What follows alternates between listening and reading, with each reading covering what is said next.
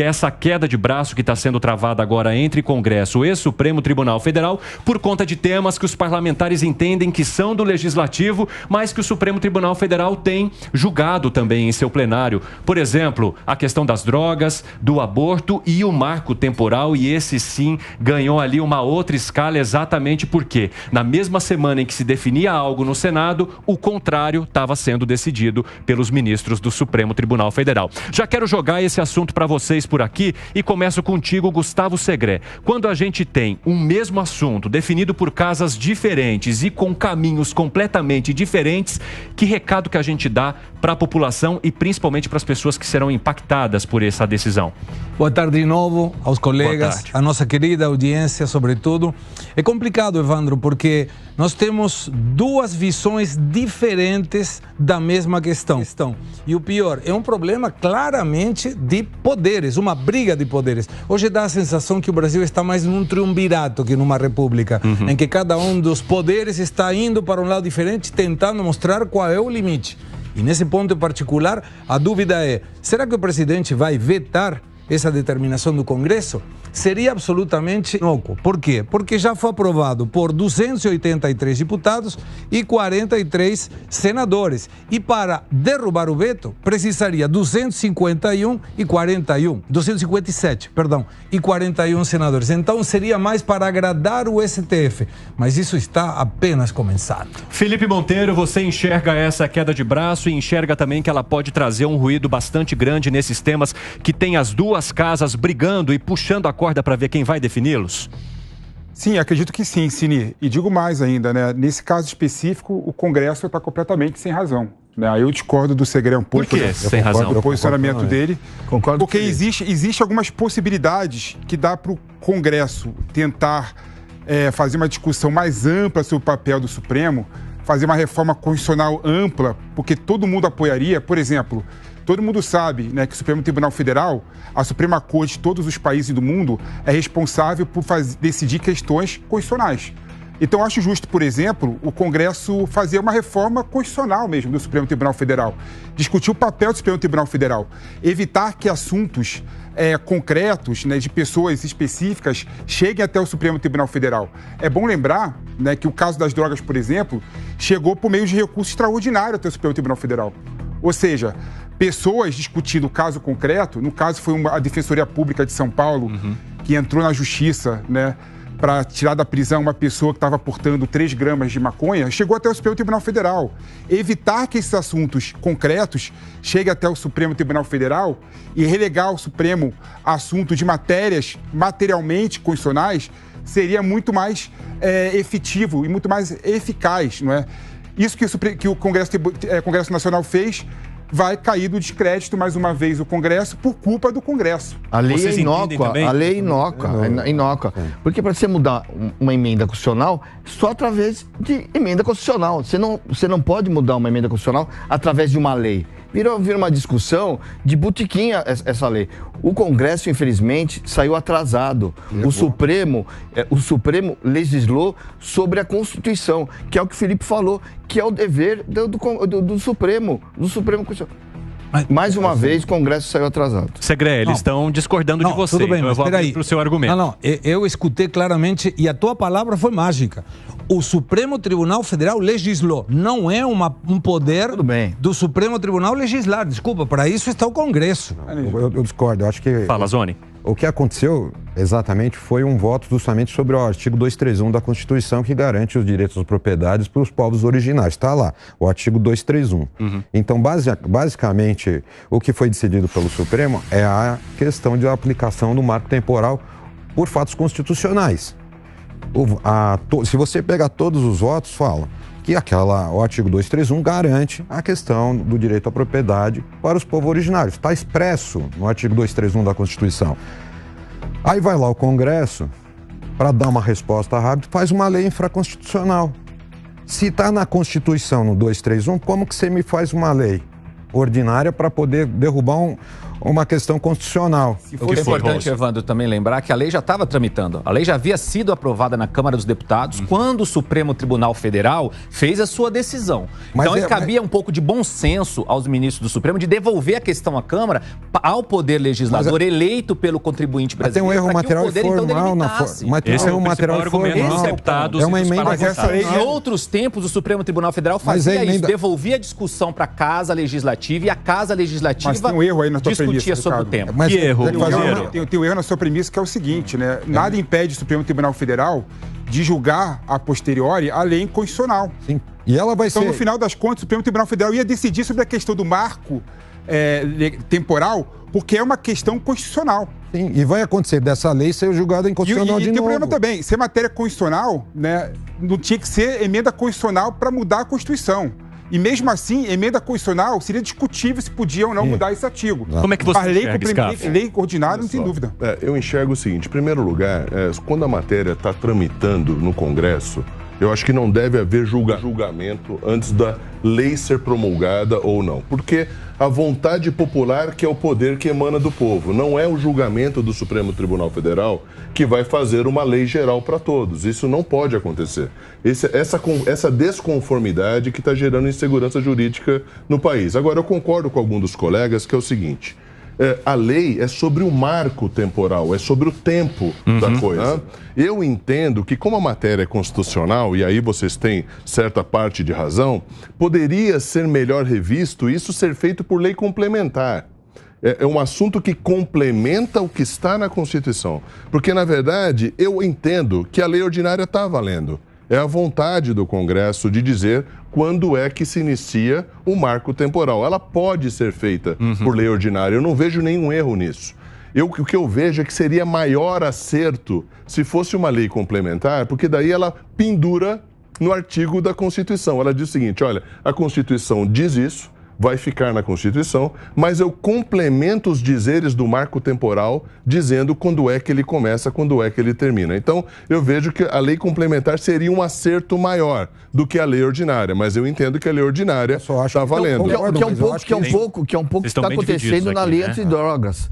O Congresso já tinha dito que, dependendo da quantidade, você só faz o termo circunstancial. O que o Supremo está falando e tem uma discussão, o Supremo está legislando. Não, não está legislando. A lei já está lá. O que ele está definindo é a quantidade que se diz de consumidor ou traficante. Que foi errado. Ele não está legislando. Mas no caso do marco temporal, na Constituição também já está lá. Os povos originários que ocupam... Exato.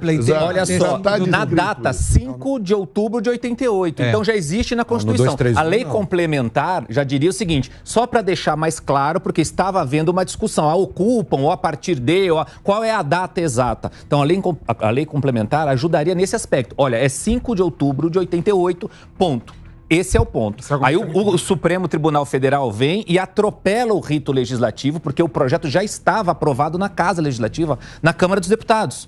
Não esperou o rito ir ao Congresso. Ele podia pelo menos pedir vista e chamar o presidente do Supremo Tribunal, do Senado Federal e falar, acelera esse rito, porque nós vamos discutir isso aqui. Isso é um respeito, essa é a não houve isso, não houve isso. Essa é a discussão. O que eu fico impressionado é o argumento do Ricardo e do SCAF, falando que o Supremo tem que esperar o Congresso legislar. Há projeto de lei no Congresso Nacional que está lá há 40 anos. Isso chama respeito. Está lá há 20 anos. O Supremo Tribunal Federal não pode esperar o Poder Legislativo legislar sobre determinado assunto, entendeu? O Supremo Tribunal Federal pode dialogar com a Câmara. Não tem que dialogar nada. Não pode atropelar. O que não pode é o que aconteceu. Tem poderes diferentes. Tem que dialogar com a Câmara e Poder Executivo. São independentes, mas ser harmônicos, gente. Está na Constituição. O Supremo agora o Ministério do Judiciário é para julgar, ela não é para conversar. Pelo amor de Deus. Olha, o que é isso? Ele está acima da política? Ele está acima da população? Ricardo, só lembrar uma coisa. Não sabia? O Supremo está acima da Câmara. Mas colocou uma questão aqui da independência dos poderes. Se você cria diálogo, você não tiraria a independência. Eu vou tirar uma competência. O Supremo está acima da presidência que vem ao Senado e vem à Câmara. Está chegando em julgamento, eu vou tirar porque está tendo um julgamento, está tendo uma aprovação. Mas você sabe que tem trâmite processual. Você imagina se você está com o seu processo lá para ser julgado, aí tem uma lei Aí vai falar, seu processo vai ficar parado, o teu cliente fica esperando, porque tem que ficar esperando o Congresso aprovar ou acordar um dia que a mídia vai ficar de olho. Esse não é o caso. Que nem a questão das drogas. O Pacheco só está dando uma olhada agora porque virou repercussão. Ele está avocando para ele, porque senão, ó, quanto tempo essa discussão está lá? Essa pauta estava no STF há anos. Deixa eu só clarear essa questão das drogas. Juiz não tem que dizer se a ocorrência é de traficante ou de usuário. Quem diz isso é o delegado de polícia, para começar a conversa. Lá no calor dos fatos, de madrugada, na delegacia de polícia, é que será analisado se a pessoa é usuária ou traficante. Em primeiro lugar, aquela discussão foi uma boia. Como que o delegado faz isso? Não, ele vai olhar nos olhos e vai falar. Não, mas é ele que decide. Me desculpa muito. Agora, você não pode dizer. Quem decide mas ele vai a ocorrência qual é o argumento? É a polícia civil. Depois o juiz vai dizer, mas tudo bem. Não é traficante. Mas qual é o argumento? Ele estava portando usuário. Mas tem não sei quantos mil processos do judiciário. É de quem traz a ocorrência. O argumento é o seguinte, uma coisa é você meter o pé na porta e achar uma tonelada de cocaína. Outra coisa é você encontrar uma pessoa cheirando cocaína no banheiro de uma boate. É diferente. Mas no Brasil... São ocorrências diferentes. Fala, Monteiro. Então, deixa eu só lembrar uma coisa pra você. Não dá pra deixar na mão. Existe uma forma que o Supremo Tribunal Federal, ele se sobrepõe ao Poder Legislativo, está na Constituição, que é o chamado mandado de injunção, que quando há falta de norma regulamentadora de determinado direito, torna inviável um direito a ser exercido. Então, já existe isso previsto na Constituição. O que não pode é isso virar um circo, achar que o caso concreto vai servir para todo mundo. Isso não pode acontecer, porque o caso concreto valorado, ele se torna lei. A lei é feita pelo parlamento, não é? Fala, Monteiro. Esse é o grande problema. O SCAF parte de premissas diferentes também. SCAF, não dá para deixar na mão do delegado decidir quem é usuário, quem é traficante. Mas é ele que decide. O que acontece na prática é o seguinte, quem é negro tem mais tendência Não, você está mudando o assunto. Não tô não. Você está mudando o assunto. Você não leu a decisão. Eu estou dizendo quem decide. Você não leu, ele não leu a decisão do Supremo Tribunal Federal. Eu estou dizendo na prática que quem decide é a autoridade judicial. Tá errado. A lei tem que ter os parâmetros claros para diferenciar o que é traficante e usuário. Felipe, não. Atualmente, CAF, a diferenciação de usuário e traficante é a cor da pele, o nível de escolaridade. Não, isso é outro assunto. Isso é outro assunto. Tem correlação. Tem correlação. Não. Por isso que eu não posso deixar na mão do delegado. Mas a decisão do Supremo foi em cima disso. Claro que foi em cima disso.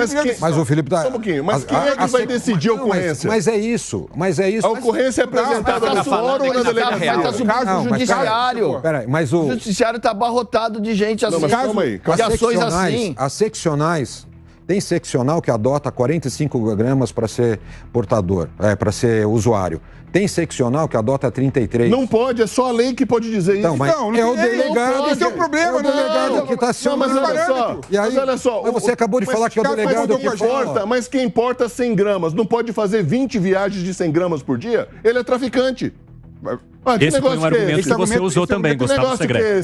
Que mundo que vocês estão vivendo? Além do mais, se você coloca, por exemplo, na determinação do Supremo, entre 25 e 60, ainda não está determinado, acho né? Que vai chegar a 45. 45. O que for, não importa. Você coloca, seria a mesma coisa. Não é delito o que recepciona mercadoria roubada. Por exemplo. Então, se alguém roubou um carro e desmembra o carro e entrega, quem recebe não é delito, mas quem rouba, sim. Tem um confronto aí meio complexo, porque não é delito se você usa até 25, 60, 45, o que for. Deixa os papelotes num árvore e vai pegando de 45. Então te pega por isso e fala, eu sou usuário. Pode acontecer com 2 mil quilos de cocaína. Não. Negativo. Ninguém consome 2 toneladas de cocaína. Não, esse argumento é furado. Olha só, André, falar uma coisa. É furado total. Se a polícia pega alguém vendendo 1 grama de cocaína, ele é usuário ou traficante? Não, se é vendendo, ele é traficante. Então, ponto a lei final. não pode estabelecer quantidade. Porque dependendo do caso concreto, independente da quantidade, você pode ser usuário ou traficante. Claro. Não tem como. E quem decide isso a polícia. Naquele momento pode decidir certo ou errado. Mas a autoridade policial é que decide isso. Mas veja bem, SCAF, o caso que chegou no Supremo Tribunal Federal, que o Supremo decidiu que é repercussão geral... Que não pode ser repercussão geral. Chegou de uma pessoa que estava portando 3 gramas de maconha. 3 gramas de maconha. O cara ficou preso por anos até chegar ao Supremo Tribunal Federal. Ou seja, não, mas isso claramente há um abuso... Isso é um erro do judiciário, não tem nada a ver. Há erros do judiciário, porque faltam parâmetros claros para definir quem são usuários e quem são traficantes. Agora, é o que está em discussão no Supremo, não é? 3 gramas. Não está se definindo a liberação das drogas, não está se falando nada disso. É criar o parâmetro para justamente acabar com essa questão dessa injustiça que praticamente acaba tendo, um sendo preso, outro sendo solto, outro absolvido, e você tendo essa dicotomia, o princípio da isonomia. Sim, todos são iguais perante a lei. Mas vamos para o mundo real. Mas só que é o seguinte, como que eu vou manter uma pessoa presa e a outra eu solto porque era usuário? Essa inconsistência que chegou exatamente... Porque a lei não define. Quem define é o delegado. O delegado olha pra cara do fulano e fala assim, você é traficante. Negativo, não é assim, não. É assim. Esse delegado é muito estudado pra saber o que ele faz. A lei não define. A lei não define. Não. A lei não define. Pode subjugar a autoridade. A lei não define. A lei não define. Delegado erra e juiz também. Delegado erra. A decisão do Supremo foi em cima da decisão do delegado.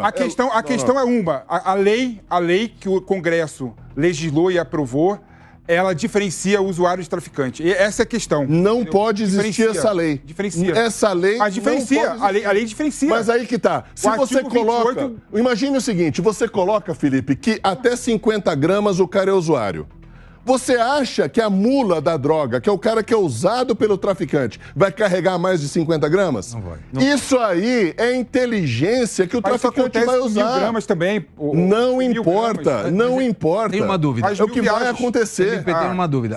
Quantos casos foram desse erro de 3 gramas? Vários, por isso que é repercussão geral.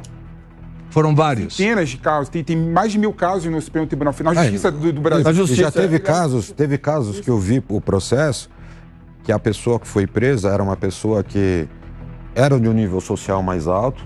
Ele conseguiu fazer defesa da seguinte maneira: como eu tenho um poder aquisitivo mais alto, eu tenho medo de ir na biqueira fazer a compra da droga. Eu comprei uma quantidade maior para poder não ter que ir todos os dias para... Só faltava pedir desconto e falar que era... Absolveram. É isso. Absolveram. Mas eu quero trazer a gente de volta aqui para um ponto central. Traficante ou usuário? Usuário.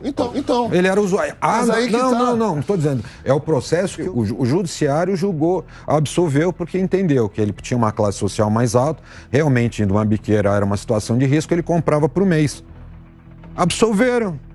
Aí vai lá, pega uma pessoa que não tem condições de ter um advogado, vai numa defensoria pública, que não consegue fazer uma defesa, ele vai preso com uma quantidade menor, por ser usuário. Mas olha só. Olha a dicotomia. Mas ele vai preso em flagrante, o flagrante vai ser apreciado pela autoridade judicial em poucas horas. Sim, então, se a autoridade judicial manteve o flagrante... Eu já fui numa audiência de custódia. É o juiz, a autoridade competente para ser apreciada. Eu já fui em audiência de custódia. Então vamos dizer o seguinte, só para deixar bem claro, a autoridade policial, ela não é do Poder Judiciário, ela é do Poder Executivo. É uma autoridade administrativa que tem formação jurídica. Quando o delegado recebe a ocorrência do policial militar ou do policial civil, aqui é um ex-policial civil que está dizendo. Eu passei isso na prática. Então eu digo para vocês o seguinte, é possível sim saber naquele momento, naquela circunstância, na quentura dos fatos, se é um usuário ou se é um traficante de droga. Se o delegado errou, existe um tempo correto para ser consertado. Nós não estamos discordando de você. O juiz conserta isso depois. Agora, se o juiz errou em primeiro grau, se o tribunal errou em segundo grau, se o Superior Tribunal de Justiça errou e chegou no Supremo, aí tem alguma coisa errada. Eu não discordo dessa... Não estou falando que o delegado não tem inteligência, que não tem capacidade, mas o erro pode ter começado lá embaixo e foi um errando atrás do outro. Nós não estamos discordando. E são vários. O delegado sabe quem é criminoso. São várias situações. Quem é o traficante, quem não é. Ele sabe quando pega uma pessoa que é usuária... Sabe quem é o cara da biqueira, sabe? Foi preso. Então ele sabe, o perfil é diferente. Só que você concorda que isso não é um fundamento jurídico ainda que está aprovado. Assim, não tem essa delimitação. Eu entendo, porque tem uma inteligência por trás. Eu sei, a polícia trabalha com inteligência, ela sabe onde está, ela mapeia quem é os traficantes, ela sabe onde está. Só que na hora, ele também, esse poder que ele tem, também fica neutralizado com essa discussão que está lá no STF, porque se realmente não existe quantidade, ele não tem esse direito de subjugar quem é traficante ou não. Mas a quantidade é importante. Mas derruba da mesma forma. Mas ela não pode delimitar a convicção no momento. Mas mesmo que você defina a quantidade, o policial vai saber. Gente, vai quantos usuários não foram pegos e presos numa biqueira, indo comprar, que no meio da bagunça virou traficante junto? Quantas pessoas não foram lá na biqueira, teve um flagrante da polícia, o cara tá lá, tá na biqueira, é traficante. Não, eu não concordo, porque na verdade é o seguinte, você pode... Mas essa não é uma realidade, o que foi apontado aqui pelo Pedroso. Não, pode acontecer essa realidade, não há dúvida. Na quentura dos fatos, nas 2h30 da manhã, uma boate, todo mundo de fogo e consumindo droga, é diferente da audiência no ar-condicionado no fórum. É completamente diferente. O plantão da madrugada só sabe quem esteve lá. Então, o policial militar, quando ele aborda uma ocorrência, ele explica na delegacia o que aconteceu. Aí vem a convicção jurídica da autoridade policial de dizer o que é possível fazer naquele momento. E eu digo claramente para vocês, nenhuma autoridade policial tem prazer nenhum em prender ninguém. Isso não é um prazer. É uma decisão muito pesada. Quando você diz você está preso, está mesmo. E só pode ser revogada ou relaxada a prisão depois que o inquérito estiver pronto e em 24 horas é analisado pelo juiz. Felipe, eu percebi uma ironia aí na tua cara. Não, assim, o SCAF tem um posicionamento dele que eu até respeito, né? Eu respeito muito o SCAF, né? Mas o SCAF, ele esquece de olhar o todo, né? Quando eu vejo o número, por exemplo, das pessoas que foram presos pela lei de tráfico, chega a 60% das pessoas presas atualmente no sistema prisional brasileiro, né? Desses 60%, várias dessas pessoas, em torno de metade, 50%, estão lá de forma ilegal, porque não eram traficantes. Então, a questão de política antidrogas é uma questão que a gente tem que analisar e discutir como um todo. A gente sabe que tem uma arbitrariedade, tem muitos erros. Não é um erro só, não. É normal a autoridade policial errar. É normal o judiciário errar, né? E tudo isso acontece porque a legislação, apesar de diferenciar o usuário e traficante, não dá os parâmetros. É vaga, é. Que foi, e abarrota o judiciário. Vou dar a razão de todos vocês. Todos estão certos. Mas a dúvida é, essa não seria uma competência do Congresso? Do Legislativo, exatamente. Esse é o ponto.